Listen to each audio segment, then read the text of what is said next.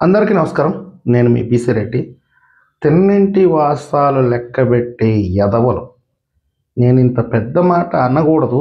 నాకు ఆ స్థాయి లేదు గానీ, ఈ మధ్య ఒక 3, 4 రోజుల నుంచి కొంతమంది వ్యక్తులను చూస్తుంటే నాకు అనాలనిపిస్తుందండి.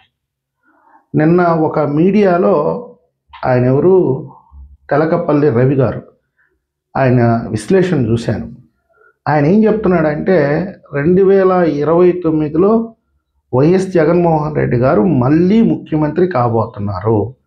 ఈ విషయాన్ని ఆరా మస్తాన్ గారు కూడా ఒక సందర్భంలో తెలియజేశాడు అని ఆయన చెప్తున్నాడు. కేఎస్ ప్రసాద్ గారి గురించి అయితే చెప్పాల్సిన అవసరం లేదు, ఆయన డిక్లేర్ చేసేసాడు. ఇంకెవరో కొంతమంది జర్నలిస్టులు వీళ్ళందరూ కలిసి మళ్ళీ జగన్మోహన్ రెడ్డి గారిని మోసం చేసే ప్రయత్నం చేస్తున్నారండి. ఇది ఎంతవరకు కరెక్ట్ అండి? దాదాపుగా ఆయన 12 ఏళ్ల నుంచి వీళ్ళకి ఎంత ఇచ్చుంటాడండి? ఎంత సహాయం చేసి ఉంటాడు? ఏ విధంగా వీళ్ళని ఆదుకొని ఉంటాడు? కనీసం విశ్వాసం లేదా? మీరు తినేది తిండి కాదా? ఎలా గెలుస్తారండి 2029లో? ఆయన ఎందుకు మోసం చేసి వస్తున్నారు? మొన్న 2024 ఎన్నికల్లో కూడా కేఎస్ ప్రసాద్ గారు ఎవరో ఒక 7వ తరగతి చదివినటువంటి మేధావి, ఒక ప్రొఫెసరు ఒక సర్వే చేసి ఆయన ఒక చిట్టు కాగితం పంపిస్తే ఆ కాగితాన్ని జోబులో పెట్టుకొని 175 ఖచ్చితంగా 175 స్థానాల్లో జగన్మోహన్ రెడ్డి విజయం సాధించబోతున్నాడు. కుప్పంలో చంద్రబాబు నాయుడు గారు ఓడిపోబోతున్నాడు. పిఠాపురంలో పవన్ కళ్యాణ్ గారు ఓడిపోబోతున్నారు. ఇలాంటి తప్పుడు సమాచారాన్ని పార్టీకి అందించి జగనన్న తాడేపల్లి కొంపలో తడిగుడ్డ వేసుకొని పడుకొని నిద్రపోయాడు. వీళ్ళు ఇచ్చిన సలహాల మేరకే విజయవాడలో మళ్ళీ గులకరాయి డ్రామా చేశాడు. వీళ్ళు ఇచ్చిన సలహాలే కదా గులకరాయి డ్రామా అనేది. కోడికత్తి డ్రామా సక్సెస్ అయింది కాబట్టి గులకరాయి డ్రామా చేద్దాం, ఈసారి కొంచెం వెరైటీగా జనాల్లో చేద్దామంటే అది అట్టర్ ఫ్లాప్ అయింది. ఈ పనికిమాలిన ఎదవులందరూ కూడా జగనన్న కాడ సొమ్ము తీసుకొని ఎందుకు మోసం చేస్తున్నారో నాలాంటి వాళ్ళకి అర్థం కావట్లేదండి. ఆరా మస్తాన్ గారు ఇచ్చినటువంటి సర్వే ఆధారంగా ఎంతమంది కోట్లు రూపాయలు తీసుకొచ్చి ఇళ్లలో తాలిబొట్లు కూడా కుదవబెట్టి బెట్టింగ్లు పెడితే సర్వనాశనం అయిపోయారండి. ఇప్పటికీ మీకు కనువిప్పు కాకపోతే ఎలా అండి? దయచేసి ఆత్మపరిశీలన చేసుకోండి. మీరు చెప్పే మాటలకి మాకే చాలా బాధేసి జగనన్న మా కులాన్ని వాడుకొని ఈరోజు రెడ్డి సామాజిక వర్గం సమాజంలో తలెత్తుకునే పరిస్థితి లేకపోయినా కానీ మేము ఈరోజు జగనన్నకి సపోర్టుగా నిలబడదాం, మీలాంటి నీచ నికృష్టులు చేసేటటువంటి తప్పుడు ప్రచారాలని అడ్డుకుందాము, ఆయన్ని భ్రమంలో ముంచెత్తుతున్నారు.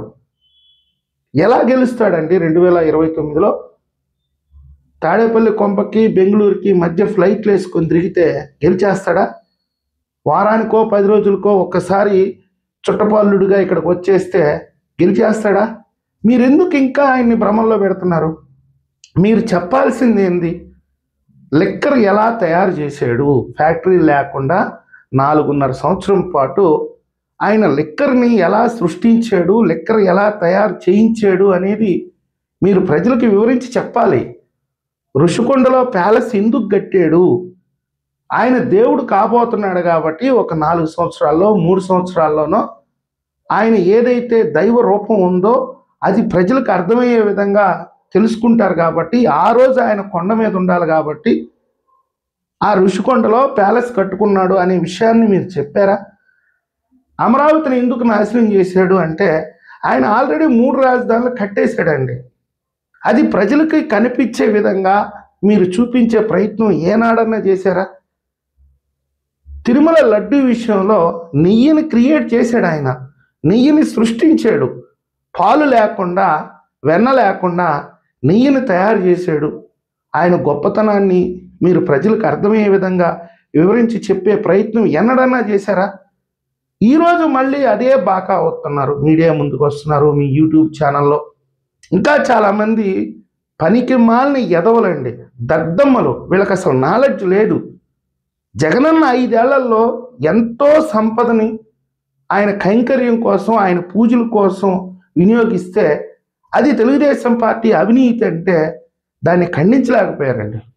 దేవుడు తన సంపదని తను ఏదైతే క్రియేట్ చేస్తాడో ఆ ప్రకృతిని ఆయన కోసమే ఆయనలోకే ఆయన ఐక్యం చేసుకుంటాడు.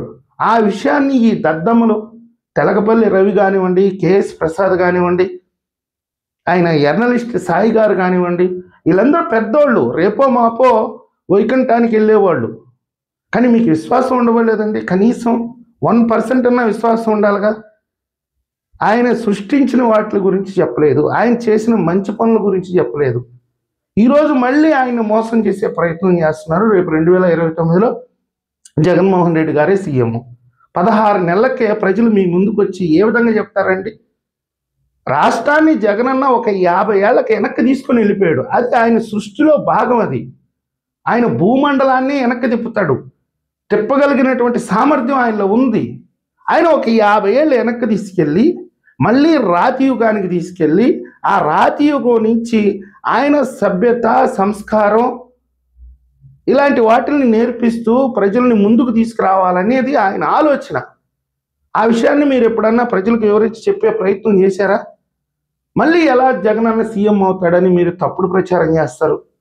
ఆ రోజు టీడీపీ ఏ విధంగా 50 ఏళ్ళు వెనక్కి తీసుకెళ్ళింది, ఈ జగన్మోహన్ రెడ్డి 50 ఏళ్ళు ఈ రాష్ట్రాన్ని వెనక్కి తీసుకెళ్ళాడు అని చెప్పి ప్రచారం చేస్తే మీరు చెప్పాలి, ఆయన సృష్టికర్త అండి, 50 ఏళ్ళు వెనక్కి తీసుకెళ్ళాడు, వాతావరణాన్ని బాగు చేయాలి, ప్రజలకి ఒక నాగరికత నేర్పించాలి, గంజాయి సంస్కృతిని నేర్పించాలి, కల్తీ లిక్కర్ సంస్కృతి నేర్పించాలి, వాళ్ళు 7వ తరగతి వరకు ఎలా కష్టపడి చదవాలో నేర్పించాలి, 10వ తరగతికే ఉద్యోగాలు వస్తాయి అన్నటువంటి సంస్కృతిని తీసుకురావాలి. ఎవడో పనికి మాలినోడు బీటెక్లు, ఎంటెక్లు, డాక్టర్లు ఇలాంటివి చేసి విదేశాలకో ఇతర రాష్ట్రాలకో వెళ్లకుండా వాళ్ళలో మంచి సంస్కృతిని తీసుకురావడానికి ఆయన 50 ఏళ్ళు ఈ రాష్ట్రాన్ని వెనక్కి తీసుకెళ్ళాడు అనే విషయాన్ని మీరు ప్రజలకు వివరించి చెప్పాలి. జోబులు కత్తిరించడం ఎలా దొంగతనాలు చేయాలి, ఎలా గుళ్ళో ఉండే హుండీలను దోచేయాలి, ఎలా విగ్రహాలను ఎత్తుకుపోవాలి, ఎలా రథాలను తగలబెట్టాలి, వీటిలన్నిటినీ ప్రజలకి నేర్పించాలన్న ఉద్దేశంతోనే ఈ రాష్ట్రాన్ని 50 ఏళ్ళు వెనక్కి తీసుకెళ్ళాడండి జగనన్న అని చెప్పి మీరు ప్రజలకి వివరించి చెప్పాల్సింది పోనిచ్చి మళ్ళీ 2029లో జగనన్న వస్తాడు అనే అబద్ధాలు ఎందుకు ప్రచారం చేస్తున్నారు? మనకు జ్యోతిష్యాలు చెప్పేవాళ్ళు ఉన్నారు, అఘోరాలు ఉన్నారు, చాలామంది పూజారులు ఉన్నారు, చాలామంది పాస్టర్లు ఉన్నారు. వీళ్ళందరినీ తీసుకురావాలా? చాలామంది పాస్టర్లు ఆ రోజు చెప్పారు, చాలామంది పూజారులు ఆ రోజు చెప్పారు. వేణుస్వామి గారు ఎక్కడున్నాడండి ఈరోజు? ఆయన అజ్ఞాతంలో ఉన్నాడు. ఆయన్ని తీసుకురావాలి మళ్ళీ ప్రజల ముందుకి, ఆయన చేత చెప్పించాలి. రేపు 2029లో జగనన్న సీఎం కాబోతున్నాడు అని చెప్పించాలి. ఒకడు అఘోరి స్వామి అని ఒకటి తిరుగుతున్నాడు, వాడిని తీసుకురావాలి, మళ్ళీ వాడిని ప్రజల ముందు పెట్టాలి, వాడి చేత చెప్పించాలి. ఒకవేళ వాడు దొరకకపోయినా లేడీ అఘోరి అని వాడు ఒకటి తిరుగుతున్నాడు, వాడిని తీసుకురావాలి. ఇలాంటి ప్రయోగాలు చేయాలి. మళ్ళీ కోడికత్తి లాంటిదో, గులకరాయి లాంటిదో, బాబాయ్ హత్య లాంటిదో అలాంటి వాటిని క్రియేట్ చేయాలి మీరు. అవి జగనన్నకి వివరించి చెప్పాలి. ఇలాంటివి చేస్తే కానీ మళ్ళీ మనం అధికారంలోకి రావండి అని చెప్పాలి. 16 నెలలకే మీరు ఇలాంటి కార్యక్రమాలు ఏమీ చేయకుండా జగనన్న 2029లో ముఖ్యమంత్రి కాబోతున్నాడు అని ఆరా మస్తాన్ గారు చెప్పారంట. దాన్ని తెలకపల్లి రవి గారు చెప్తున్నారు, కేఎస్ ప్రసాద్ గారు చెప్తున్నారు, వాళ్ళ టీవీలో బాగా ఊదుకుంటున్నారు. ఎంతవరకు కరెక్ట్ అండి? 16 నెలలకే ప్రజలకు అన్ని విషయాలు అర్థమైపోతాయా? ఇప్పుడు నేను చెప్పినటువంటి అన్ని విషయాలు మీరు ప్రజలకు వివరించి చెప్పి, అదిగో 3 రాజధానులు ఉన్నాయి, మీ కంటికి కనపడే విధంగా మేము చూపిస్తాము, రుషికొండలో ప్యాలెస్ ఎందుకు కట్టాడు అంటే ఆయన దేవుడిగా మారిపోబోతున్నాడు కొద్ది రోజుల్లో.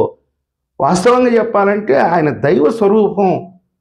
మీరు 3వ కన్ను ఓపెన్ చేసి చూడండి, ఆయన దేవుడు అనేది కనిపిస్తుంది అని ప్రతి ఒక్క విషయాన్ని ప్రజలకు వివరించి చెప్తే, లిక్కర్ ఎలా సృష్టించాడు, నెయ్యి ఎలా సృష్టించాడు, ఈ విషయాల్ని మీరు వివరించి చెప్పండి. అప్పుడు జగనన్న 2229 నాటికైనా ముఖ్యమంత్రి అవుతాడు. కానీ ఇలాంటి తప్పుడు ప్రచారం చేస్తూ ఆయన్నే భ్రమల్లో ముంచెత్తడం అనేది కరెక్ట్ కాదండి. దయచేసి నేను ఏదైనా తప్పు మాట్లాడితే క్షమించండి. ఈ వీడియో మీకు నచ్చినట్లయితే లైక్ చేయండి, సబ్స్క్రైబ్ చేయండి. ధన్యవాదాలు.